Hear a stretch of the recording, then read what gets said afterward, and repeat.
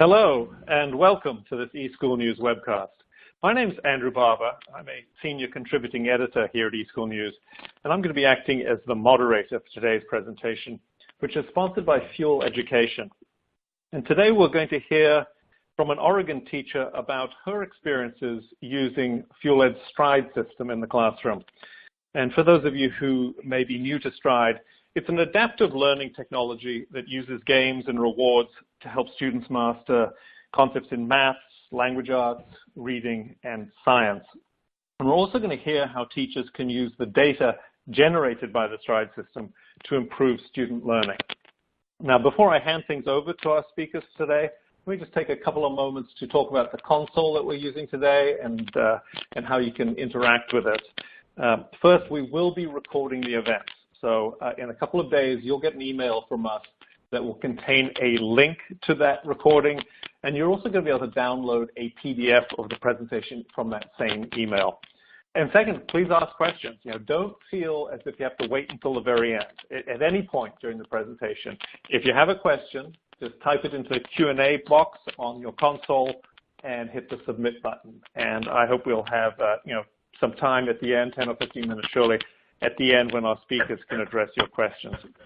We also have a chat function which you can launch. If you look down at the bottom of the console, you can launch it from that blue group chat icon down there at the bottom of your screen. Now, use chat, please, to talk among yourselves about your own experiences, or to contact me or the eSchool News team if you have any technical problems with the console during the webinar. But I do have one favor to ask of you. Please don't use the chat function to ask our panel questions. They simply aren't going to have time to monitor the chat. So if you have a question for them, again, please use the Q&A panel instead. And with that out of the way, let me now introduce you to today's speakers. Kristen Trostel is the Stride Product Marketing Manager at FuelEd. And before joining FuelEd, she was a teacher herself with more than 7 years in the classroom. And during that time, she worked at an inner-city charter school, at an alternative high school, and also as a virtual instructor. And I'm going to leave it to Kristen to fully introduce our keynote speaker for today, who will be Deborah Grimes from Tom McCall Upper Elementary School. Welcome, Kristen. It's a pleasure to have you here today. Thank you so much. I really appreciate it. Thank you for everyone for joining us. Good morning to some and good afternoon to others. My name is Kristen, and I will be working with you today. Let's go ahead and get started. This is Fuel Education's mission. I think some of you have heard of us, and maybe some of you are a little unfamiliar. So our mission is to simply partner with school districts to fuel personalized learning and to transform the education experience. So as you can see here, Fuel Education as a whole has a pretty broad range of solutions, kindergarten through or pre-K through 12th grade. And these include credit recovery, CTE, AP, world languages, instructional services, and supplemental solutions.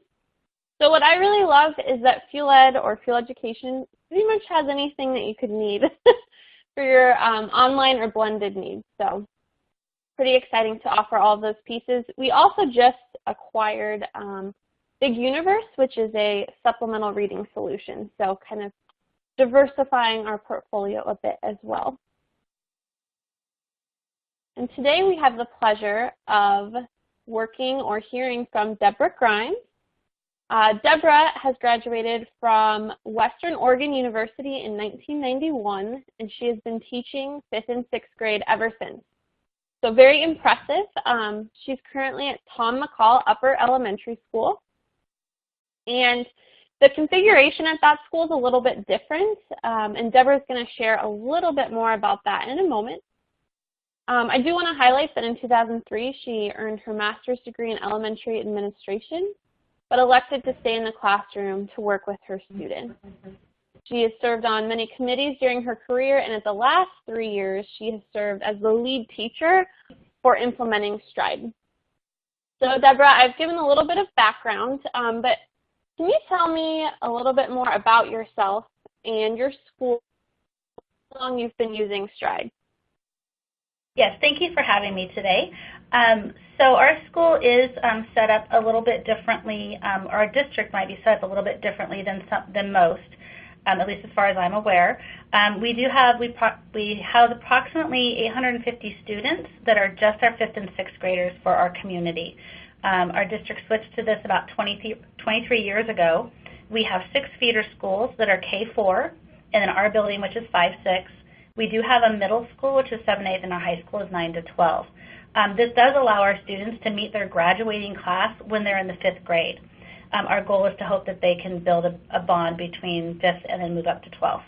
And I've been using Stride in my classroom now consistently for 3 years. Awesome, thank you. And Deborah, I want to say thank you for your service. I feel like, you know, teachers work very hard. Sometimes it's a thankless job, and it's probably amazing the amount of students' lives you've transformed. So thank you for joining us. Absolutely. Okay, we'll go ahead and we'll go ahead and first talk about, well, what is Stride? Some of you may or may not know. So before I jump into our demo, I just kind of wanted to give a brief overview. So Stride is an engaging supplemental teaching tool for pre-K through 8th grade. And it rewards students towards mastery and rewards learning with games. So a recent study actually shows that students using Stride outperform their peers by 7% in math and 10% in reading benchmarks, which is pretty impressive. Stride can support a variety of student and teacher needs, including early finisher, after school, summer learning, RTI, special ed, and even high-stakes test preparation. Deborah, I'd love to know a little bit more about your implementation of Stride. Perfect, yes. So we do implement Stride school-wide as an expectation that each teacher uses it in their classroom.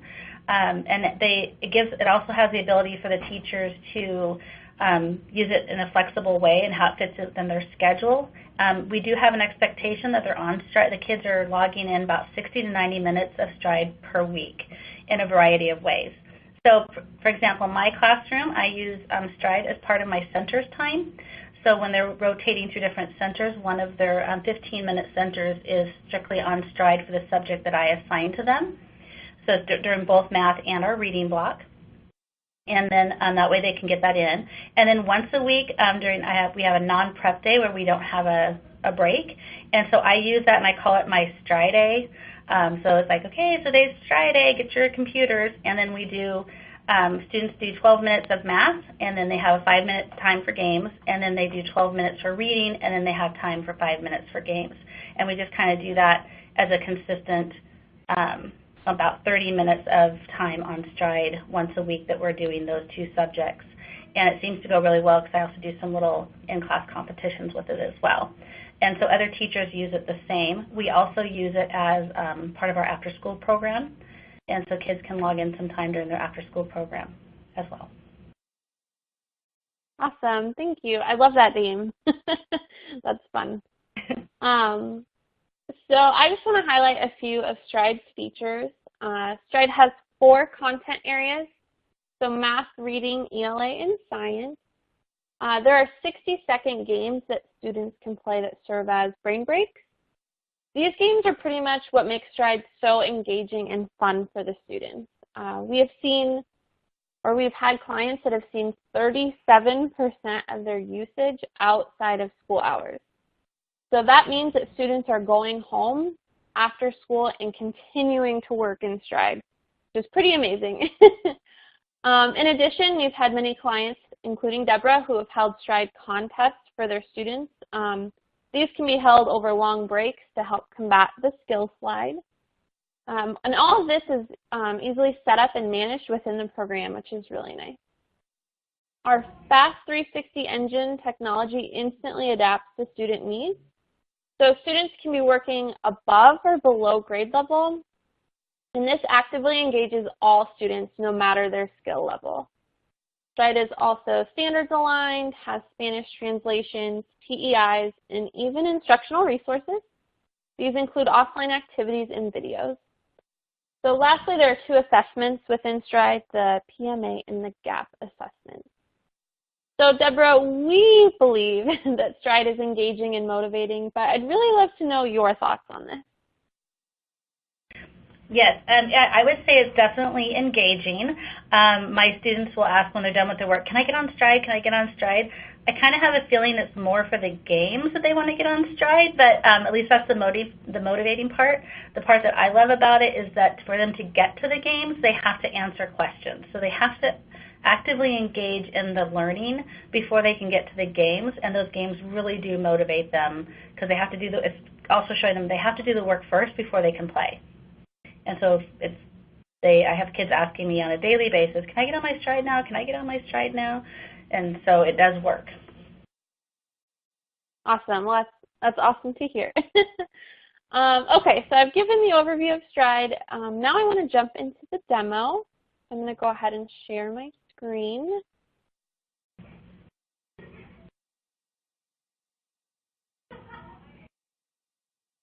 And I'll wait a moment for that to load. Okay, perfect. So this is the student-facing side of Stride. And we're in a 4th grade demo to kind of give a little context. And we're in Samantha Jeffrey's personal account. This is a demo account, but I named her. And if you notice next to her name, she has an avatar. And so students can go in under the avatar section and kind of individualize their account by picking and changing their avatars. So students really like that piece, and so I always like to highlight that. We have 4 medallions in Stride that represent, of course, our 4 content areas, math, reading, science, and ELA. Today we're going to go ahead and look at a math question. And before I answer the question and show you how Stride works, I want to highlight a couple of features. The first one is this voiceover feature in the top right of the question. And so students can choose to click on that, and it will read the question out loud for them. So this is great for those struggling readers or English language learners, just kind of an extra layer of support. Next, I would like to highlight a feature over here on the left side, which is a little video with a play button. And this is a video that demonstrates the skill that the question is asking. So students can choose to click on this, and it will highlight and kind of guide them towards the correct answer. Typically, these videos are a few minutes long, so they're short but sweet, and they kind of add, again, another layer of support for the students. So I'm going to go ahead and answer this question. Please bear with me. My background is in social studies, so I always laugh when I'm working in math, but I'm going to answer this question correctly. I'm going to answer A. And so Stride will let you know, okay, you've answered the question correctly. If you notice, Samantha earned 2 coins in her coin bank at the top next to her name. So first attempt, you earned 2 coins. And before we answer this second question, I want to highlight a couple of more features. We have Spanish translation, so you can click on the C question in Spanish, and it will translate it for you, which is also, you can adjust on the teacher end depending on your implementation. And then you can also hover over the question and kind of choose a certain word. So for example, pattern. It might be on a little bit of a delay, but you can click on that and the definition will pop up. So again, just giving an extra layer of support, helping these students. So click on the odd number pattern. There we go. Oh, and then my goal was to get it wrong, so I messed that one up. So again, I earned 2 points because I answered correctly. Which number does not belong in this group? We are going to select, and I keep getting them correctly. There we go. Okay, so here's what happens when you answer a question incorrectly in Stride. It will let you know, okay, you've answered incorrectly, and then it will give a rationale to the student. So our goal, of course, is to guide students towards those correct answers and to help them build the mastery on the back end. So The student now has a rationale. They can click OK, and it will take away that choice for them, again, to help guide them towards that correct answer. And which skip counting pattern uses only even numbers? So I'm going to click on the correct answer, and it says that is correct. So if you notice, Samantha earned 1 coin that time because she answered correctly on the second attempt. Now, if Samantha went through and didn't answer correct either time on a question, she would not earn any points. So the whole point here is that students are only earning coins when they're answering correctly. So that's key for Stride because students want to earn the coins because they want to play games. And so in order to play games, they need to be answering correctly. Before I jump over to the games, I would like to highlight the rapid clicking feature. So often I see concern from admin or teachers that students can just jump into Stride and rapidly click through and earn coins that way. So kind of like cheating the system, but luckily Stride has this feature that will detect that, and the student will get a warning. So they'll say, hey, I see your rapid clicking, try to slow down and take your time. The second time that it's detected, it will wipe out the student's coin bank. So from the student's perspective, that's a big deal. Don't worry, teachers can go in on their end and reinstate those coins, but it gets the point across that students need to be working in Stride and putting their best effort forward. Okay, so I'm going to go back to our home page. We've looked at a few questions, and I want to highlight some of our games. So if you notice, Stride has a variety of games, and they look a little bit similar to those that students are playing on their phones or adults. So we have Fruit Fly here that kind of looks like Fruit Ninja. We have Word Candy. So all kinds of different games. Some are sports themed, some are a little bit more childish for those younger grades. So just kind of all across the board. Again, this is what students love about Stride. They love that they can come in and play games and just kind of have that brain break to refresh themselves. So if you notice on this screen as well, we have leaderboards. So this is within the class and the grade, and students also love this friendly competition piece to Stride. So I have heard of students who go home and they'll work in Stride to earn coins to then play games to stay at the top of their leaderboard. So this is another factor of just high engagement within Stride. Students love this. They really get into it, and they're, just a friendly competition between peers, which is always a positive thing. The brain breaks are 60 seconds, so the games are 60 seconds, and it costs 14 coins to play.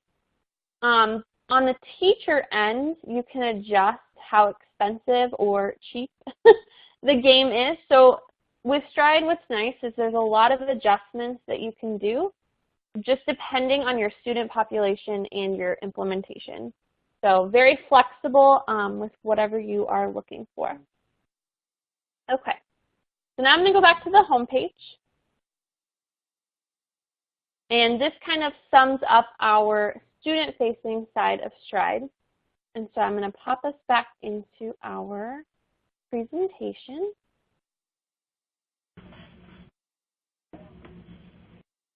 Okay. So as I mentioned a little bit ago, we saw this student-facing side of Stride. There is also a whole teaching-facing side of Stride, a teacher side. So here you can find a ton of real-time data reports, including a class summary report, a student grouping report, individual student data, pretty much any kind of data you would like. We have it in some sort of report. In addition, there is a dashboard where teachers can log in and see exactly what students are working on in real time. And that's pretty neat as well. It's very easy to kind of monitor your students and see where they're at. If you're interested in learning more about this teacher side of Stride, please let us know in the chat box and we can set up an individual demo and kind of dig a little bit deeper into Stride on that side. Okay, so here I'd just like to highlight what Stride does for students. Again, Stride has that high engagement due to those 60-second brain breaks. This really re-energizes the student and it motivates them to work in the program. And Stride works on all devices and can be accessed anywhere at any time. So Deborah, I'd love to know, do your students have a favorite game? It's really funny you asked because I was watching you play that, and I had talked to my class yesterday, and I was like, okay, guys, so how many of you have a favorite game? And, like, every hand went up. And so they kind of started listing, and they're like, the Corridor was one of their favorites, Squirrely Whirly was a favorite, the Fruit Fly was their favorite, and then I'm like, okay, are there any others? Like, and every time somebody would say one, they go, oh, yeah, that one's my favorite, or no, that one's my favorite. And so they had a whole list of them depending on their personalities. So the Squirrely Whirly tends to come up the most, as well as Corridor and Crowded Tower. Awesome. So they had quite a few favorites. Good. That's awesome. I love hearing that. Yeah. Now for teachers, they have access to, again, that vast database that is built by educators, which is really nice. We have Spanish translations that add, an extra layer of support for students. And our Fast 360 adaptive engine automatically adapts to where students are and meets them at their level.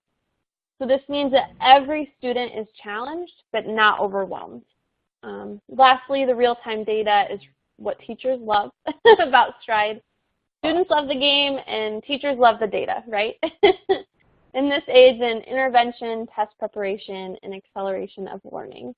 Deborah, I'd love to know, do you use any of the offline activities or instructional resources? I do use quite a few of them. It depends on what we're doing. Our school is a proficiency test. We do proficiency-based grading. And what I love is that all of the questions are aligned with our Common Core. And so when I'm looking at a skill, if I know that we're going to be doing a skill in math, for example, I can go into the program and I can look for the skill, and then I can do a grouping report on that skill only and look to see which of my kids are understanding the skill and which of my kids need more help on that skill, and then I can print off the extra worksheets or the practice work that is provided, and I can send that home as part of their homework, or it also gives them like examples of how to do it, so it gives them directions on that. So I do use that quite a bit. So for those students who are struggling, they get that offline copy to take home to help them so they can master that skill before the proficiency testing. Awesome. I always love learning how people use our program in different ways. I do have another question for this slide. I'm curious about the Spanish translations and if you use them in your school or how you use them. Yes. So our school, we have it's either 4 or 5 two-way immersion classrooms. So they half the day is taught in English and half the day is taught in Spanish, and it depends on the subject of that time of that day. And so in my classroom, personally, I have kids who will toggle back and forth between English and Spanish. Depending if they don't understand the question, they'll sometimes read it in Spanish to help with clarification. But then our school, the 4 classrooms that are in our two-way immersion classroom, their kids see it in all Spanish. So there's one day they'll be doing their Stride all day in Spanish for reading, and the next day it would be all day Spanish in math. So it depends on their day, but that's how they use it in there. What the kids like is if they think that it's worded, differently, they might, send a question in and say, is this supposed to be worded this way? And so they like that they have that ability to connect with Stride, say, is this what you guys mean? So I love that too. Awesome. Yeah, our support staff is amazing at Stride. They are. So helpful. I'll pass that along. Yeah. For administrators, you can be comforted to know that Stride is aligned with national and state standards, like Deborah mentioned, Common Core. And Stride can be implemented pretty much in any learning model and is flexible to meet any need. In-depth reporting also allows for a bird's eye view of your school or your district. And then we have our anti-guessing feature, which I mentioned earlier, that also ensures that students are putting their best effort forward. Deborah, have you had any experience with the rapid clicking feature? Yes, especially when you're first starting on Stride. They just get going so fast and they don't think about it and they don't pay attention. Sometimes they don't pay attention to the warning when they get. So I have had several students, especially when I said we're first implementing, that will lose their coins over the rapid clicking, and then it kind of gets less and less as they're learning the program. They'll come over to me with a notification and we'll have a conversation about, well, part of the process here is to slow down and to take your time and to answer the questions. And I also then take the time, they're like, well, I didn't know, so I just guessed. I'm like, well, and I point out the resources of, did you watch the video? Did you look at the explanation? Did you have it read it to you? And they're like, oh, I didn't take the time. And I'm like, well, that's what that's there for when you are trying to answer the questions. The resources are available, so that's why we're practicing these skills of really learning them, not just rapid clicking. I think it's really interesting that you mentioned taking the time and slowing down as a student. I know that when I was in the classroom, that's kind of a skill that you have to teach. Students want to just rush through, especially those high-stakes tests, which is awesome, right, as a teacher, when you see your kids rushing through. So, yeah, I think it's interesting. It kind of teaches kids to take a moment and try. Awesome. Let's move on. Sometimes that can be a little painful for them. Because I had a student who had a goal of collecting 1,000 coins. He really wanted to do that because he wanted to be able to play games for a longer period of time. And he was somewhere up around 600 coins, and he just got so excited he just started speeding up to earn them faster. And unfortunately, he didn't heed the warning, and he lost all of his coins. So he had to start over. It's a learning curve. We worked out a deal. I didn't reinstate all of them because I wanted him to learn the lesson a little bit, but I did give some of them back. Awesome. No, that's a neat story for sure. So districts are using Stride across the country to personalize and differentiate their instruction in kind of a variety of implementation models. We see Stride complementing blended learning, station rotation models, flipped models. Students are completing Stride assignments at home. We've seen supplemental one-to-one device implementations before and after school. So kind of anything you can think of, Stride is being implemented in different ways, which is really exciting to see. So Deborah, I would love to know, how is Stride working the best in your school? I believe how it's working the best is that it's a common tool that we're all using. So all of the teachers are implementing it and have access to it. And so there's consistency through the building. It's a great resource for teachers to help prepare students for the proficiencies or just to give students extra practice on skills they need. The fact that it can adapt up and down grade levels and fill in some of those, well, like the gap report, fill in some of those gaps that they may have missed from previous years, I think is essential for the students. Perfect. Now we will jump to kind of more of a question and answer between Deborah and I, although I've already been asking plenty. So I think you might have touched on this, Deborah, but I'd really like to hear it possibly again, is how frequently do your students use Stride in the classroom? So in my classroom, my students use Stride every day for 15 minutes for math and 15 minutes for reading. So they're getting 30 minutes a day, 15 on each subject, plus some game time to give them that little bit of a brain break. So that's during my reading time, and my reading and my math centers is when they're using it the most. But I also have students who will access it, like if they finish their work early, they'll ask if they can get on Stride instead of doing, something else. And I give them permission to do that.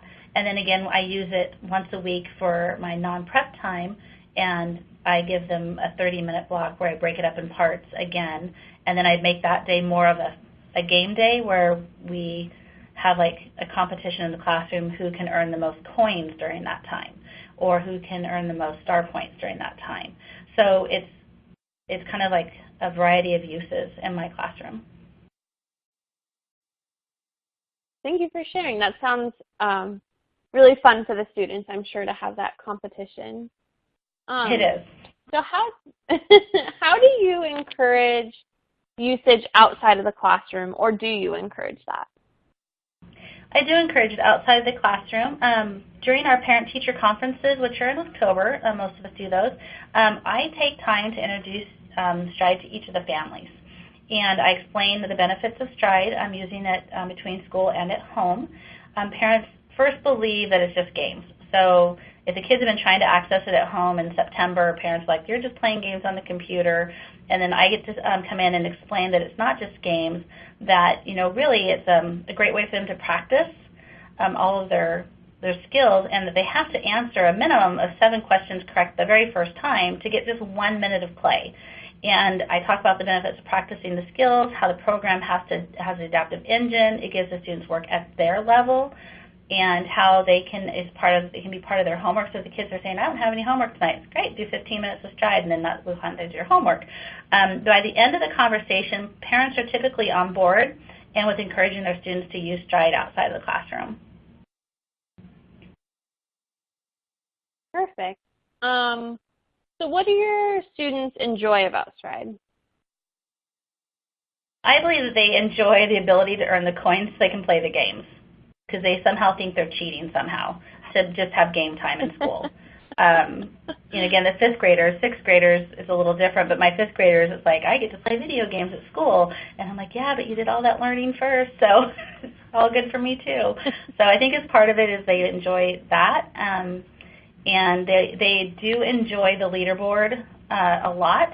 They will come up and tell me, I'm #1 in our class, and look, I'm #1 in the school. Or they'll see that somebody in the classroom, bumped them out of first place, and so they want to get back on and get back to their first place position. So there's a lot of motivation by that leaderboard and being able to get to the games. And I think some of them don't realize that they're learning while they're doing it, but they are. So.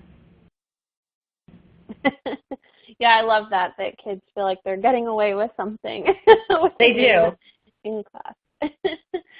So as I mentioned before, Stride offers tools for teachers to track their students' progress. I guess, can you share how you utilize the data and how it has impacted your students? Yes. So this was like my favorite tool that came out, I believe it was last year. And it was that real-time data. And so when the students are on the Stride, I can pull up my screen and I have real-time data. And I love that because I can tell, if I can see what they're doing. So it tells me if they're on math or if they're on reading or if they went to a game when they weren't supposed to. And I can all monitor that from my screen. And so I actually teach my students how to use their own real-time data as well. So I have them watch their percent correct so they can make sure that they're hitting that 70% correct during the whole time, or trying to get to that 70% correct the whole time. So they're doing that self-monitoring.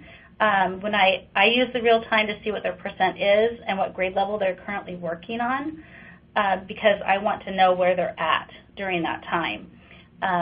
Each week, you get the weekly report and see how much time students have been on Stride and how they're doing their percent-wise. So if I see a student who's been on Stride for a long period of time, but they're in the red zone, which is a high-risk zone, then I can go and specifically look at what skills are they not getting, and I can then pull extra work for that's when I can go into the offline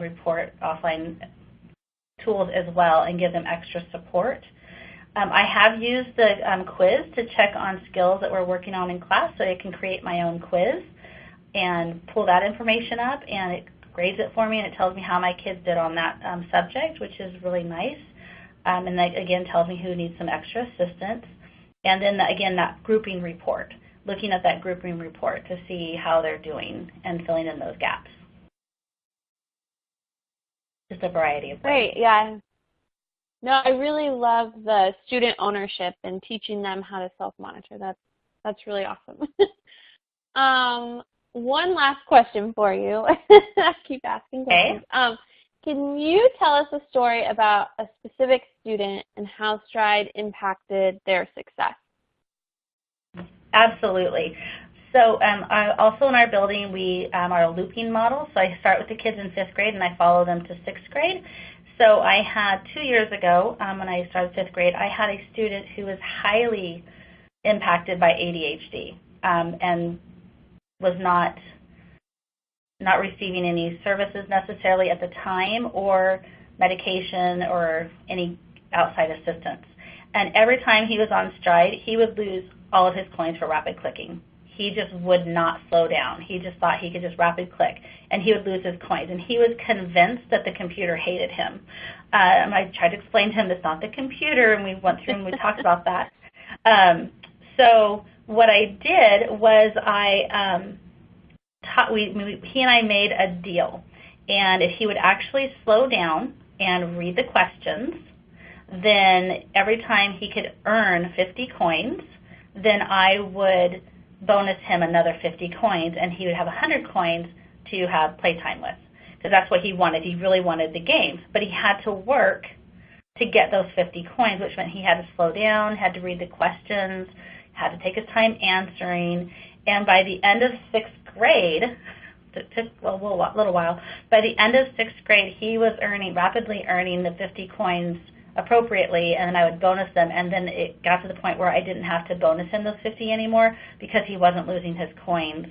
And he finally started making growth in the program. So you could see his grade levels were improving, and his ability to answer the questions was improving over the time, which was amazing to see.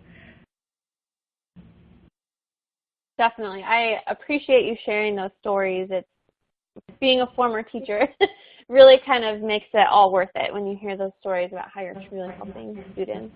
I'm going to move us into the question period, and so I believe Andrew's going to take it from here. Thank you, Deborah, for answering my questions, and we'll see what we have. You're welcome. All right. Well, thank you so much, Kristen, and thank you, Deborah, for a really fascinating discussion about the Stride program and how kids are relating to it. Now, I know that, Kristen, you've been peppering Deborah with questions for the last few minutes. I'm afraid we're going to continue to do so. We have a bunch of questions that have come in from the audience, so why don't we dive into those. And the first one, actually, Kristen, I'm going to put the tables on you and come to you for this one. A question from Francis about does Stride serve as an authoring tool for games? In other words, can you author games with the Stride tool? Okay, I'm going to see if I understand. Does that mean create the games? I believe so, yes. Are you able to either customize or even create from scratch any games?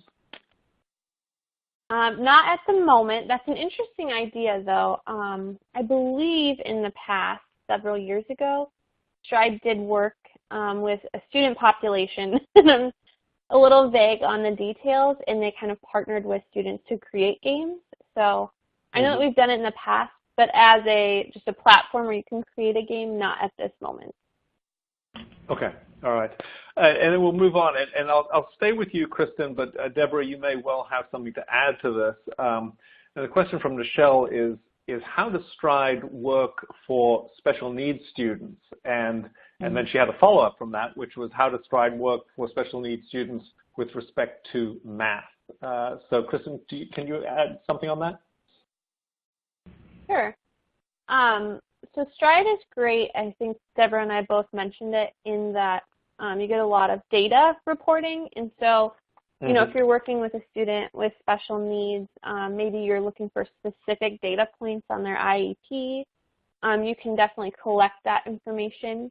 As far as the student being able to work in the program, it will adapt to where the student is at, so that helps as well. So a student, of course, depending on their specific situation, could feel like they're just one of the group because everyone's in stride and everyone's working, and the students don't necessarily know who is at grade level and who is below. So I think that's a really neat feature too, is every student can be challenged kind of where they're at. On the teacher side, we do have a lot of tools that we can use to manipulate for specific students. I'm not going to go into it just because it takes a while to explain, but I'm more than happy to chat with you kind of offline or in a different conversation about specific implementation for those students. Deborah, do you have anything to add or anything I left out? I do actually. Our building is an inclusion school, so each classroom will have, and it depends on if you're saying special needs as in just students on IEPs or if you have students who are more highly impacted. So what we have done at our school is we have our case managers for our special needs students, and these are students who may be autistic or have Down syndrome or just farther below than the 2 grade levels for the adaptation. And what I do is I created a class for her students, and then those students would log under her name, and I actually adapted that down a little farther. So they're working, if their grade level is they're supposed to be working on 1st, 2nd grade material, then I can adapt their classroom to be giving them the information at that grade level, and then that way they can look like they're on stride, and not that it does put them on stride at the same time, the kids, but it is giving them the information at their level, and they're able to work on specific skills, what they need to fill in where they're at. And so that's what we've done at our schools. We just created one certain class for those kids, and they log into that classroom, and their skills come to them at the grade level that they need and require, and then they are also then motivated because they like playing the games. All right. Well, terrific. Well, thank you for those answers. I'm going to come back to you now, Kristen, again for a question from Nadine, which refers to you talked about the games being games being across the spectrum, some for younger children and so on. Are any of the Stride games and the learning activities aimed down to the preschool level? And if not, can they be adapted for that? Yeah, that's a great question. Stride is pre-K through 8th grade. Probably the biggest challenge when you get to those lower grades like kindergarten is just the computer ability. So they need a little bit more of a holding hand or help, but it's also a great way for them to practice their computer skills and learn, especially as we see more standardized tests are on computers, so it kind of helps build those skills. It can go down to pre-K. The reason we really have it that low is so that if you had a 1st grader who's fully capable on the computer, who maybe needs that to go a little bit lower to meet them where they're at. So it really depends on how you're implementing and how much assistance they'll have for those younger kids. Okay. All right, terrific. Let's move on to another question because we have quite a few in the line behind it. Kristen, we'll stay with you.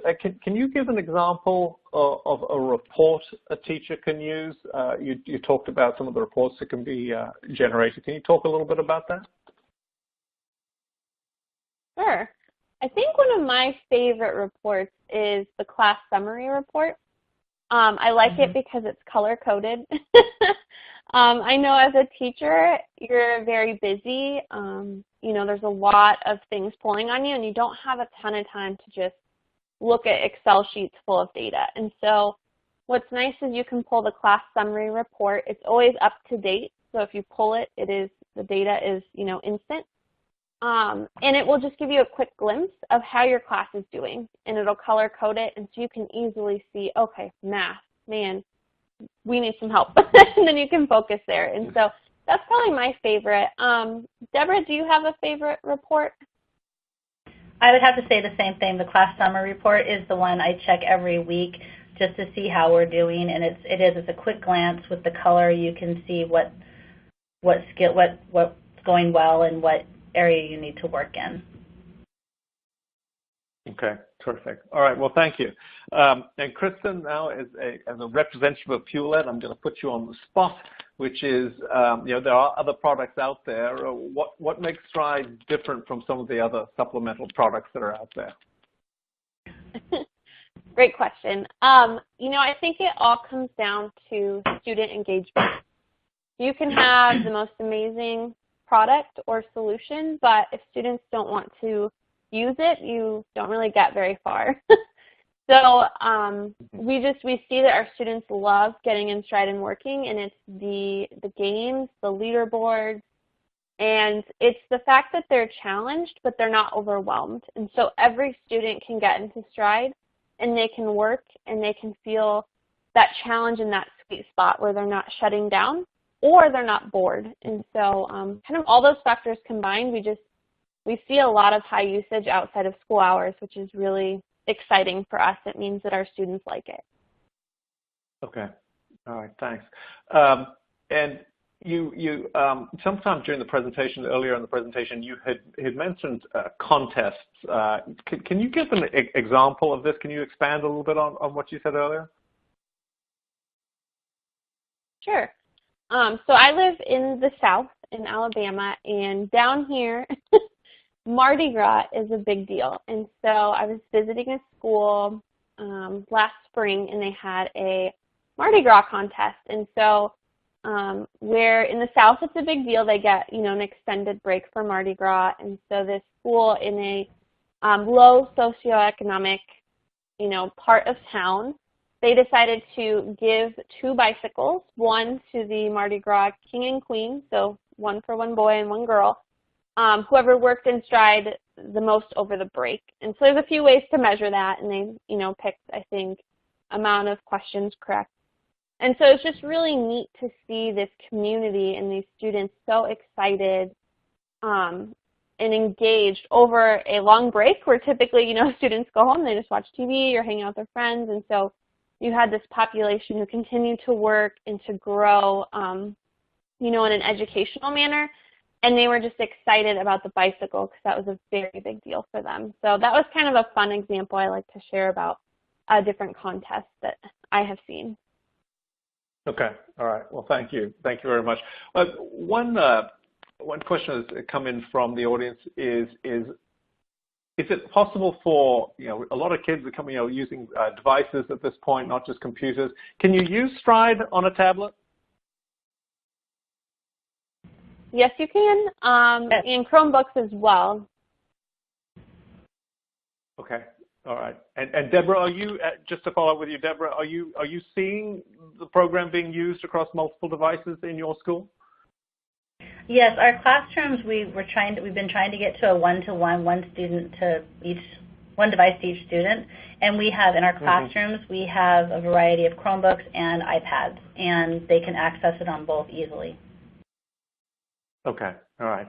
Now, I'm going to come back. I know that, Kristen, you covered this at some point in the presentation, but maybe you could expand on it a little bit more. This discussion about Spanish translations and for ESL students. Can you explain again what Stride can do for students on the Spanish from Spanish translation side? So we have Spanish translations. In this, and of course I'm out of my demo now, but when I shared my screen and I was in the question, students can choose to click on it, and it will translate the question into Spanish. What is really neat as well is the student can click on the voiceover feature, and it will read the question out loud in Spanish. I think Deborah mentioned it earlier, but on the teacher end, you can adjust it so that you can take away the translations, or you can make it automatically begin in Spanish. So there's a lot of flexibility with the translations, which is neat. Again, it just really depends on your student population and kind of what your goals are and how you want to use Stride and how that fits with your big picture goals at your school. Okay. All right. Now, listening to both you and Deborah, I mean, it really sounds like the students get very excited about the game side of this and trying to advance as quickly as they can. and you touched on this, but there's a question from the audience is, can the teacher control gameplay?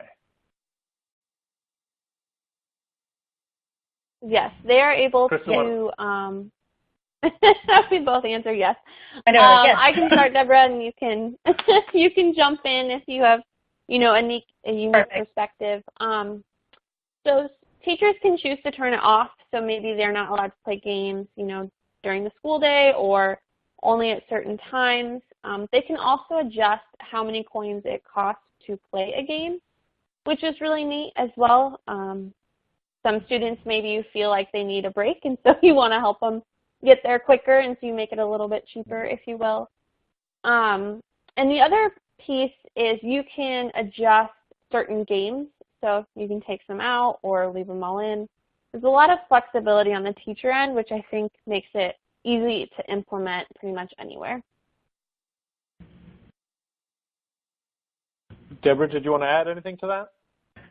I do. I wanted to add, this is one of the things that we've had a discussion at our school about, and the game, like taking away the game time or limiting it, which you can, because some students, they just can't resist doing, you know, being where they're not supposed to be. But one of the things that we've talked about at our school is instead of using it, turning it off, which again you totally can do, and then turn it back on during like at home time, which I like that you can adjust that, was trying to find a way to use Stride in a positive way. So instead of using it as a, like taking something away, making like those deals like I made with that student, if you can earn this many, then I'm going to bonus you this many. And that's the other thing that you can do with the coins, is you can actually use it as a reward system to give them that time as for the brain break or for whatever. So I like the fact that you have control over whether you can turn the games on or off, but you can also use it as a reward for doing their work. Okay. All right, great. I want to come back briefly to, Kristen, you talked about Spanish, the Spanish translations. I have a question here from Sherry, who's asking, is the ESL benefit only for Spanish speakers, or can it be used for other languages as well? Can you talk to that, or is there any plans going forward with that?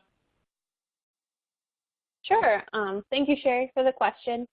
So for translations, right now it's just Spanish. We also have other tools that students can use who maybe are ESL from a different language. So let's say they speak Chinese as their primary language. And those would be the voiceover option, so the students can choose to hear it out loud, which is helpful.